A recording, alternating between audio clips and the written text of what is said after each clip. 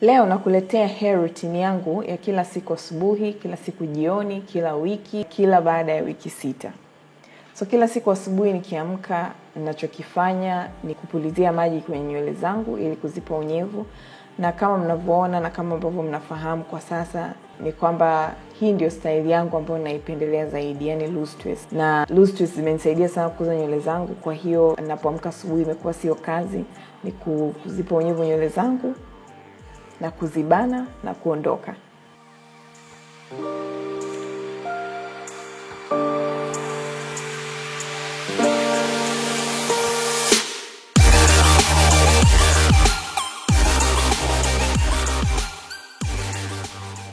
Kila siku jioni ninaporudi kutoka kwenye shughuli zangu, kama nikiwa nimepaka makeup basi huwa naondoa kwanza makeup na huwa naanza kwa kupaka mafuta ya nazi ya mzaituni yote ya usoni na kisha kufuta makeup na wipe.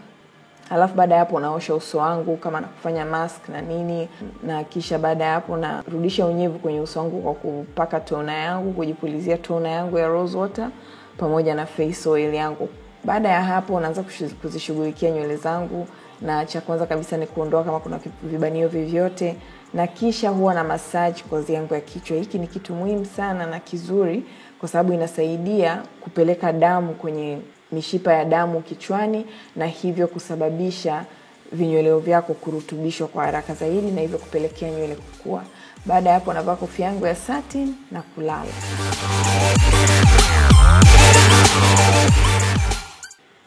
Kila wiki huwa naosha nywele zangu. Nikiruka sana basi nimepitisha labda wiki 2 tu, lakini najitahidi kuosha nywele zangu kila wiki.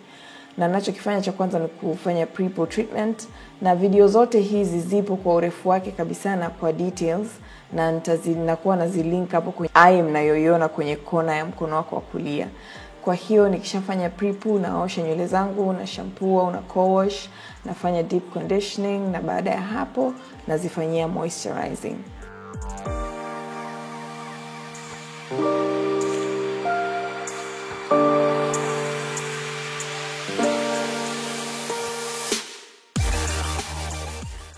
Na kama ambavyo mnafahamu, moisturizing method yangu ni LCO method, yani leave-in, cream, halafu oil.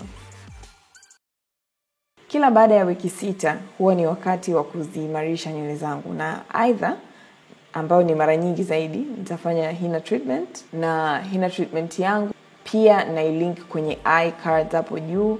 Mnaweza kuclick ili muweze kuona routine nzima kama hujai kuona, na hii huwa inanisaidia sana kuimarisha nywele zangu. Lakini ikitokea kwamba nywele zangu zina udhaifu na zinakosa protein, basi huwa nazifanyia protein treatment badala ya henna.